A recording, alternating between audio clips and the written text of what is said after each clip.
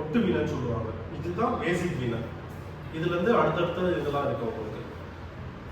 இதை பார்த்தீங்கன்னா உங்களுக்கு குடம் ஒரு ஜாயிண்ட் வரும் உங்களுக்கு, சரிங்களா?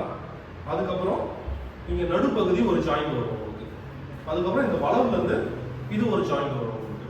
இதை வந்து ஒட்டு வீணைன்னு சொல்லுவாங்க. இதுதான் பேசிக் வீணை.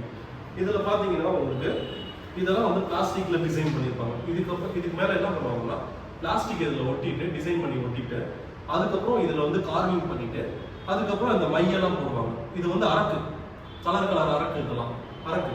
இது வந்து பார்த்தீங்கன்னா உங்களுக்கு அவ்வளோ சீக்கிரம் போகாது, கொஞ்சம் நாள் ஆகும் உங்களுக்கு. அந்த காலத்தில் பார்த்தீங்கன்னா உங்களுக்கு மான் கொம்பில், ஐவரியில் அந்த மாதிரி இதெல்லாம் பண்ணியிருப்பாங்க. அது பார்த்தீங்கன்னா உங்களுக்கு வருஷ கணக்காக அப்படியே இருக்கும். அது 100 வருஷம் 200 வருஷம் வீணையெல்லாம் இருக்குது அந்த மாதிரிலாம் உங்களுக்கு.